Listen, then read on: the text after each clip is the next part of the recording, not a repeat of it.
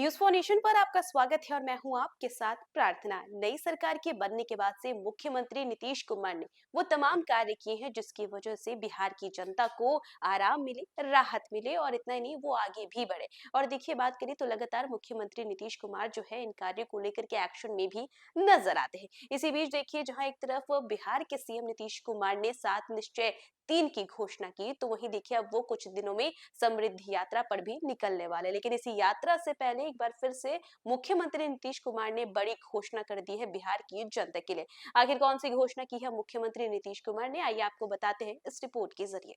बात करें तो मुख्यमंत्री नीतीश कुमार ने अपने सोशल मीडिया प्लेटफॉर्म से ये घोषणा की है जिसमें उन्होंने लिखा है कि आप सभी को पता है कि 20 नवंबर 2025 को राज्य में नई सरकार के गठन के बाद हम लोगों ने राज्य को देश के सर्वाधिक विकसित राज्यों की श्रेणी में शामिल करने हेतु 7 निश्चय 3 के कार्यक्रमों को लागू किया है।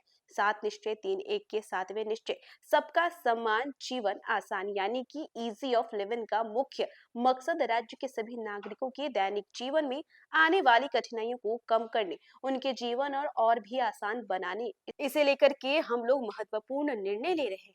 उन्होंने लिखा है कि कई बार ऐसा देखा गया है कि राज्य के वृद्धजनों जिनकी उम्र 80 वर्ष या उससे ज्यादा है, उन्हें जमीन फ्लैट की रजिस्ट्री से जुड़े कार्यों के निष्पादन में काफी कठिनाइयों का सामना करना पड़ता है। और ऐसे में देखिए 80 वर्ष या उससे ज्यादा उम्र के वृद्ध जनों के लिए जमीन फ्लैट के निबंधन की प्रक्रिया को सरल बनाने के लिए निम्न महत्वपूर्ण कदम उठाए गए हैं।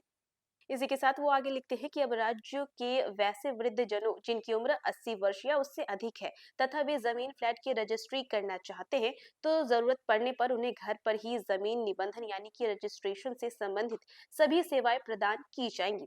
इसे लेकर के मद्य निषेध उत्पाद एवं निबंधन विभाग द्वारा चलंत निबंधन इकाई यानी कि मोबाइल रजिस्ट्रेशन यूनिट के माध्यम से दस्तावेजों के निश्चित समय सीमा के अंतर्गत निबंधन की सुविधा जो है प्रदान की जाएगी। आवेदक इसके लिए ऑनलाइन आवेदन कर सकते हैं। संबंधित विभाग द्वारा जमीन फ्लैट की रजिस्ट्री की प्रक्रिया 7 कार्य दिवस के अंदर सुनिश्चित की जाएगी।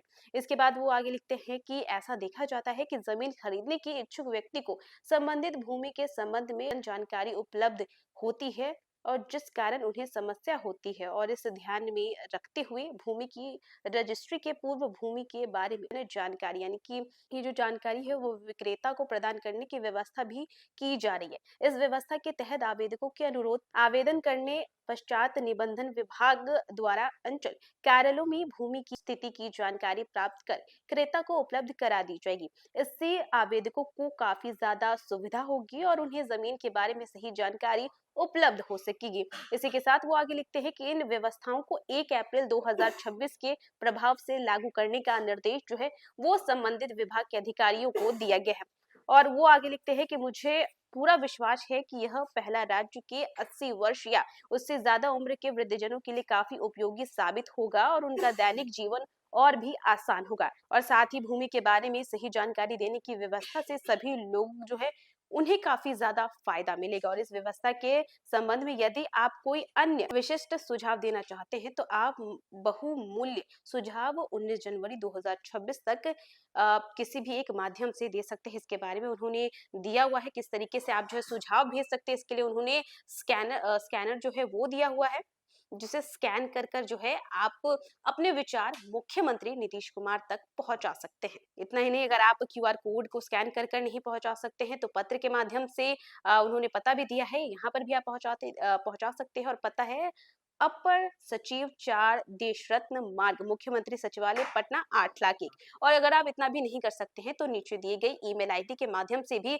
आप अपना संदेश उन तक पहुंचा सकते हैं। तो फिलहाल इस खबर में बस इतना ही। न्यूज फॉर नेशन पे खबरों का सिलसिला जारी रहेगा, तब तक के लिए नमस्कार।